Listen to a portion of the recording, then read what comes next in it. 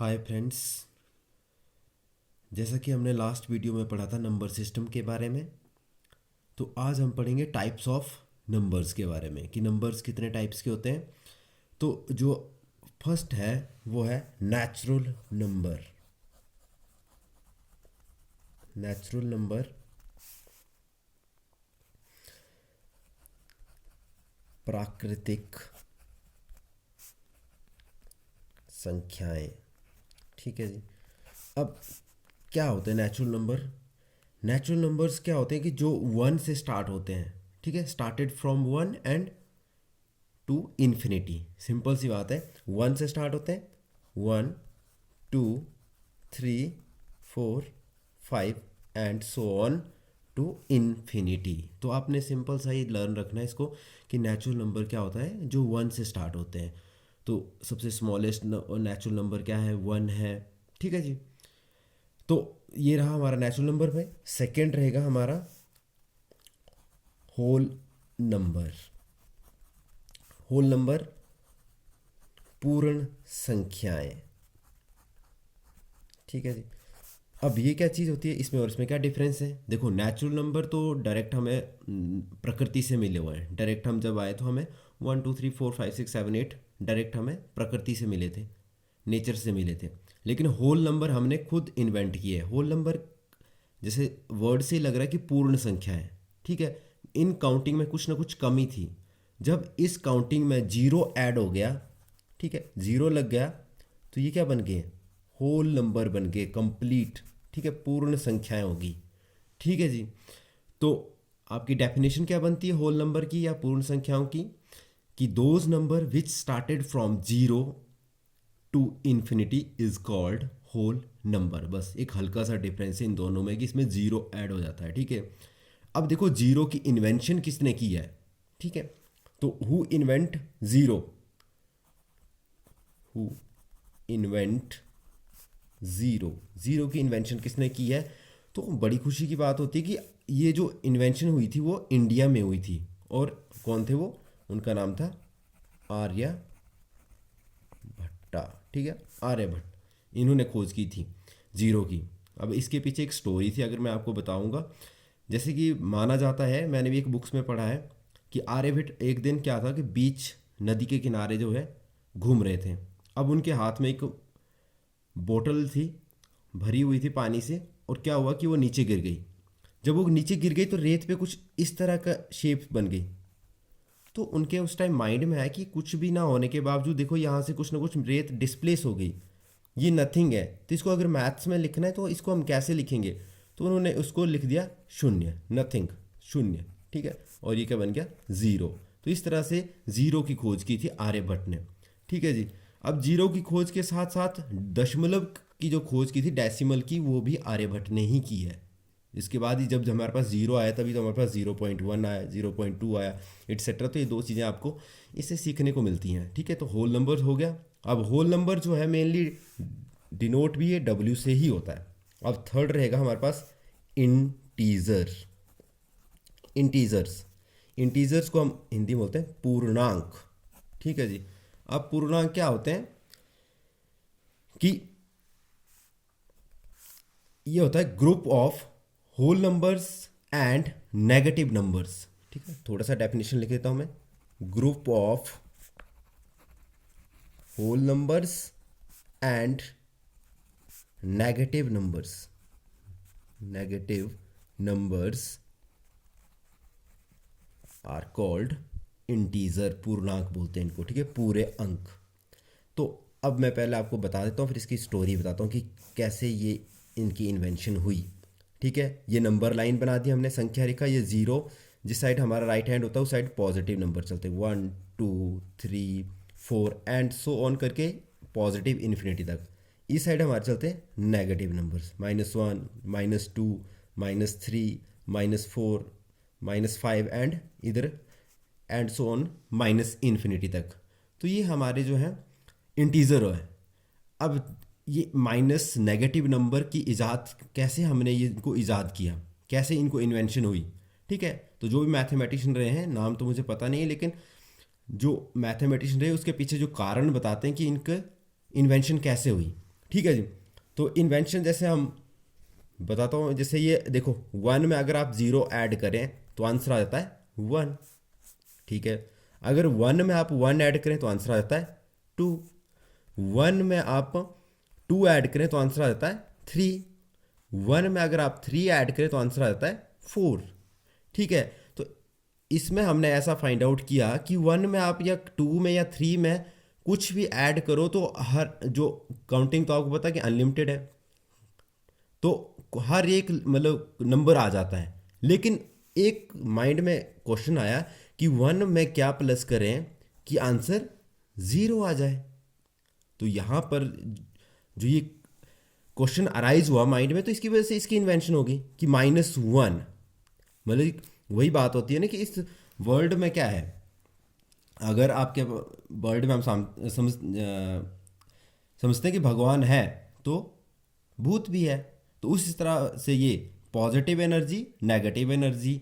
ठीक है जी, तो वैसे ये +1 है तो -1 भी होगा। ठीक है, अगर तो इस हिसाब से हमारी इन्वेंशन हुई है माइनस नेगेटिव नंबर्स की। ठीक है, तो ये क्या हुआ, प्लस माइनस माइनस 1 -1 0। इसके बाद बड़े सारे इन्वेंशन, जैसे हम कोई चीज़ उधार लेते हैं उसको नेगेटिव में रखते हैं, बड़ी सारी चीज़ें इस तरह से इन्वेंशन है। तो मेन जो पहली इन्वेंशन है नेगेटिव नंबर्स की, ये आपकी इसके कारण रही है। ठीक है, कि क्यों -1 की या -2 या -3 क्यों ईजाद हुआ। ठीक है, तो यही मेन कारण था कि इसको प्लस करें तो 1 आ जाता है, 2 आ जाता है, 3 आ जाता है, 4 आ जाता है, 5, मतलब पूरी काउंटिंग आ जाती है। लेकिन 1 में क्या ऐड करें कि 0 आए, तो इसकी वजह से ये सिमिलरली जैसे 2 में क्या ऐड करें कि आंसर 0 आ जाए तो -2 करना पड़ेगा। तो इस तरह से हमारे नेगेटिव नंबर्स की इन्वेंशंस हुई है। तो ये है पूर्णांक, इसमें आपके पूर्ण अंक आते हैं। ठीक है, अब इसके बाद जो नेक्स्ट हम टॉपिक है, जो नेक्स्ट टाइप है वो है fourth, rational number. Rational numbers मतलब परिमेय संख्याएं। ठीक है जी, परिमेय संख्याएं ऐसी संख्याएं जिनको हम P/Q के फॉर्म में लिख सकते हैं, जिनको हम P/Q की फॉर्म में लिख सकते हैं, जहां पर Q नॉट इक्वल टू 0 होना चाहिए, क्योंकि ये 0 हो गया तो नॉट डिफाइंड हो जाएगा। 0 से किसी हम नंबर को डिवाइड नहीं कर सकते हैं। और P एंड Q क्या होंगे, P एंड Q आर इंटीजर्स।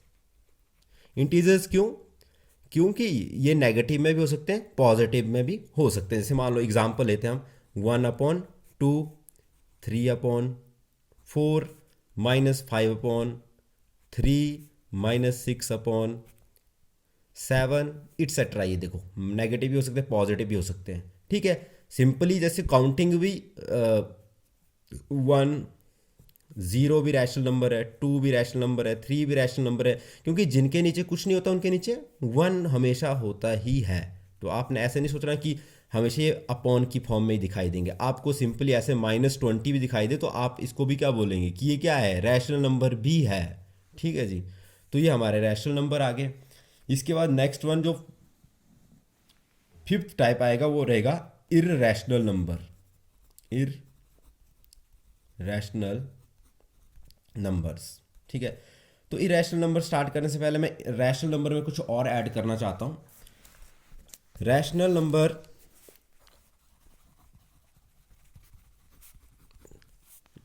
ठीक है, तो रैशनल नंबर तो हमने एक डेफिनेशन तो सीख ली कि P/Q की फॉर्म में होते हैं, 1/2, 3/4 लाइक दैट, इस तरह से होते हैं।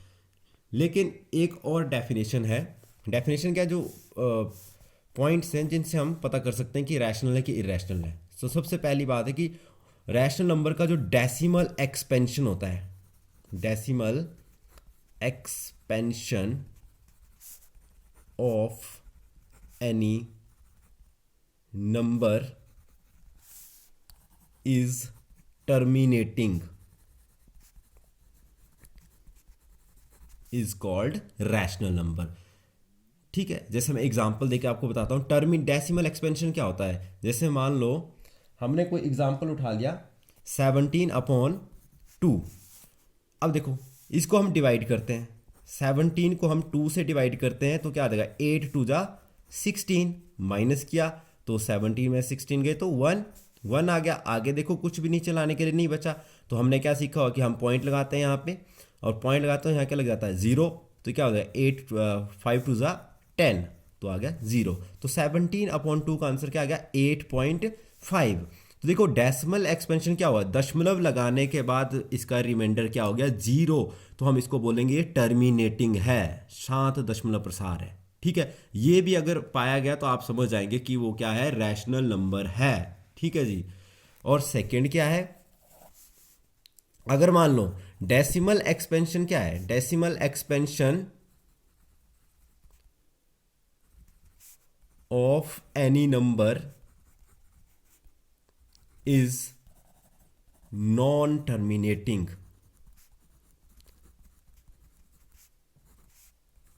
And repeating. ठीक है, कि किसी नंबर का डेसिमल एक्सपेंशन कैसा है, नॉन टर्मिनेटिंग है, मतलब उसका रिमाइंडर कभी भी 0 नहीं आ रहा है, लेकिन वो क्या हो रहा है, उसमें नंबर्स रिपीट हो रहे हैं, कुछ टर्म के बाद नंबर रिपीट हो रहे हैं। मैं एक छोटा सा एग्जांपल लेके आपको समझाऊंगा। जैसे हमारे पास है 1/3।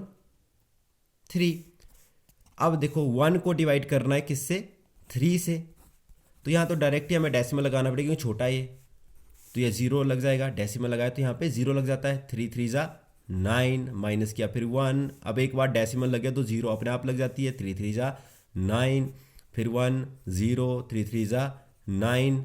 देखो इसमें क्या हो रहा है, ये नंबर रिपीट हो रहा है। ठीक है, 1/3 का आंसर क्या आ रहा है 0.33 एंड सो ऑन। ठीक है, इस तरह से मतलब ये नॉन टर्मिनेटिंग है, लेकिन क्या है, रिपीटिंग है। ठीक है, इसमें एक नंबर भी रिपीट कर सकता है, 2 भी कर सकते हैं, 3 भी कर सकते हैं, 4 भी कर सकते हैं। ठीक है, तो आपने इसमें ये नहीं सोचना कि मैंने एग्जांपल सिर्फ सिंगल नंबर वाला दिया तो आप ऐसा सोचें कि सिंगल ही करेगा। ठीक है जी। तो ये रैशनल नंबर की स्पेशल कंडीशंस हैं जो हमें कॉम्पिटिटिव एग्जाम के पॉइंट ऑफ व्यू से पता होना चाहिए। ठीक है, अब नेक्स्ट वन आ गया इररैशनल नंबर। फिफ्थ वाला पार्ट आ गया इररैशनल नंबर। ठीक है, एक डेफिनेशन तो वही आ गई कि those number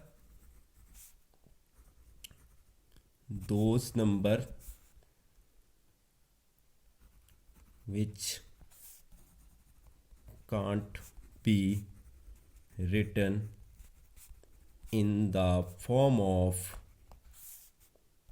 p upon q are called irrational। ठीक है जी, ऐसे नंबर जिनको हम p अपॉन क्यू की फॉर्म में नहीं लिख सकते उनको बोलते हैं इररैशनल नंबर। ठीक है, तो इसमें क्या होता है, इसमें जैसे अनरूट वाला कोई भी नंबर उठा लो आप जिसके ऊपर स्क्वायर रूट लगा होगा, वो क्या होगा, इररैशनल नंबर होगा। ठीक है, लेकिन इसमें भी एक एक्सेप्शनल केस है। एक्सेप्शनल क्या है कि जो परफेक्ट स्क्वायर होते हैं उनके ऊपर अगर रूट लगा हुआ है तो वो इररैशनल नंबर नहीं होंगे। जैसे एग्जांपल √4, क्योंकि √4 किसका स्क्वायर होता है, 2 का। ठीक है, तो इस तरह से √4 का ये जैसे √9 हो गया, ये इसका क्या आएगा 3 आंसर आ जाएगा। तो ये रूट वाली टर्म्स कौन सी नहीं आएंगी, जिसमें क्या होगा, जिसमें आपके परफेक्ट स्क्वायर नंबर होंगे, वो वाले नहीं आएंगे। बाकी जिसके ऊपर स्क्वायर रूट लगा होगा वो क्या होगा, इररैशनल नंबर होगा। ठीक है, अब देखो इसका एक डेसिमल एक्सपेंशन के हिसाब से भी इसका एक कंडीशन है कि इसका डेसिमल एक्सपेंशन कैसा होता है। डेसिमल एक्सपेंशन एक तो नॉन टर्मिनेटिंग तो होगा ही होगा, non terminating and non repeating. ठीक है, इसमें वैल्यू रिपीट नहीं होगी। अब डेसिमल एक्सपेंशन एक बार फिर मैं आपको दोहरा देता हूँ, डेसिमल एक्सपेंशन क्या चीज़ है कि जब हम भाग करते हैं किसी नंबर को, ठीक है, और दशमलव लगाते हैं उसमें, तब भी वो 0 नहीं आता है, मतलब दशमलव लगाने के बाद भी उसका रिमाइंडर 0 नहीं आता है। ठीक है, तो वो हो जाता है नॉन टर्मिनेटिंग, मतलब अशांत दशमलव प्रसार, अशांत है, वो शांत नहीं हो रहा है। ठीक है, और नॉन रिपीटिंग, जैसे समझ लो एक एग्जांपल ले लेता हूँ मैं यहाँ पे, जैसे 1.30500654008335। ठीक है, इसमें क्या हो रहा है, देखो कोई नंबर रिपीट नहीं हो रहा, सीक्वेंस में नहीं आ रहा, अपनी मर्जी से अलग अलग आंसर आ रहे हैं। ठीक है, अलग अलग नंबर्स आ रहे हैं, तो ये क्या है, इररैशनल नंबर है। ठीक है, अब मैं थोड़ा सा इसको आपको एक चार्ट के मीडियम से समझाऊंगा। तो ये है चार्ट मैंने जिसमें बनाया हुआ रियल नंबर का। ठीक है, हमने अभी 5 टाइप्स के नंबर्स पढ़े। पहले पढ़ा natural number, whole number, integer, rational and irrational. ठीक है, जब ये पांचों आपस में मिल जाते हैं तो उनसे क्या बन जाता है, रियल नंबर बन जाता है। अब देखो फर्स्ट ऑफ ऑल हमने स्टार्ट किया था नेचुरल नंबर पे। नेचुरल नंबर क्या चीज़ थी, हमने बात की थी 1 से स्टार्ट होते हैं, 1 2 3 4 एंड इन्फिनिटी तक। ठीक है, अब नेचुरल नंबर, उसके बाद आ गया हमने सेकंड पढ़ा होल नंबर, पूर्ण संख्याएं जो 0 से स्टार्ट होती हैं। देखो नेचुरल वाले तो सारे नंबर आएंगे, लेकिन इसमें जस्ट 0 ऐड हो जाता है, तो ये होल बन गया। इसके बाद हमने थर्ड वन पढ़ा था इंटीजर। इंटीजर में हमने क्या नई चीज़ ऐड की थी, नेगेटिव नंबर्स ऐड किए थे। नेगेटिव नंबर्स, माइनस वाले नंबर्स आ गए थे। ठीक है, तो इसमें माइनस वाले भी सारे नंबर आ गए, पॉजिटिव वाले भी आ गए। उसके बाद हमने पढ़ा था रैशनल नंबर। रैशनल में हमने क्या सीखा था कि अपॉन वाले नंबर आएंगे, पी अपॉन क्यू की फॉर्म में, जैसे 6/7 आ गया, -5/8 आ गया। अगर उनको काट के लिखा तो 0.25, कुछ भी अगर फ्रैक्शन को काट के लिखा तो 3.5 आ सकता है, माइनस में आ सकता है ये। ठीक है, तो अब हमने यहाँ इस जो चार्ट से हमने क्या सीखा कि नेचुरल नंबर जो है वो सारे के सारे होल नंबर होते हैं, सिर्फ जीरो उसमें नई चीज़ आती है। सारे के सारे होल नंबर क्या होते हैं, इंटीजर होते हैं, लेकिन उसमें क्या आ जाते हैं, नेगेटिव नंबर ऐड हो जाते हैं। अब सारे के सारे नेगेटिव पॉजिटिव नंबर रैशनल भी होते हैं। ठीक है, लेकिन उसमें क्या आते हैं, अपॉन वाले आ जाते हैं, 5/8, -5/8, 6/7 वाले आ जाते हैं, तो ये रैशनल। तो ये एक सेट बन गया। ठीक है, और अब देखो जो ये रियल नंबर का यूनिवर्सल सेट बनाया मैंने, तो ये कैसे, अब देखो इस साइड क्या है, इररेशनल अलग चीज़ है। इररेशनल में मैंने बात की थी अनरूट वाले टर्म्स आ जाती है, जैसे पाई की वैल्यू सर्कल में यूज़ करते हैं, पाई 22/7। ठीक है, लेकिन वो इमेजिनरी है, वो एग्जैक्ट वैल्यू नहीं है उसकी। ठीक है, तो वो जो पाई है वो भी क्या है, इररेशनल नंबर है। जैसे ये एक एग्जाम्पल लिखा हो मैंने 0.30, फिर 3003 एस एंड सो ऑन, ऐसे बढ़ता जा रहा है। ठीक है, तो ये जो सेट है इन दोनों को नंबर्स को, रैशनल और इररेशनल को मिला करके जो नंबर्स बनते हैं इनको बोलते हैं रियल नंबर्स। ठीक है, तो ये आपको ये बहुत ही इंपॉर्टेंट टॉपिक है। इससे मतलब एक बेसिक है हमारा मैथमेटिक्स का, इससे हम मैथ्स की स्टार्टिंग यहीं से होती है। नंबर सिस्टम के बाद ये चीज़ आती है जो बच्चों को समझ आनी चाहिए। ठीक है, और हमारे जो जितने भी कॉम्पिटिटिव एग्ज़ाम होते हैं उसमें ये सारे के सारे टॉपिक्स पूछे जाते हैं। तो आई होप कि आपको ये समझ आया होगा, और अगर समझ आया है आपको अच्छे ढंग से, ऐसी वीडियोज़ और चाहते हैं तो काइंडली मेरे चैनल को सब्सक्राइब करें। Thank you.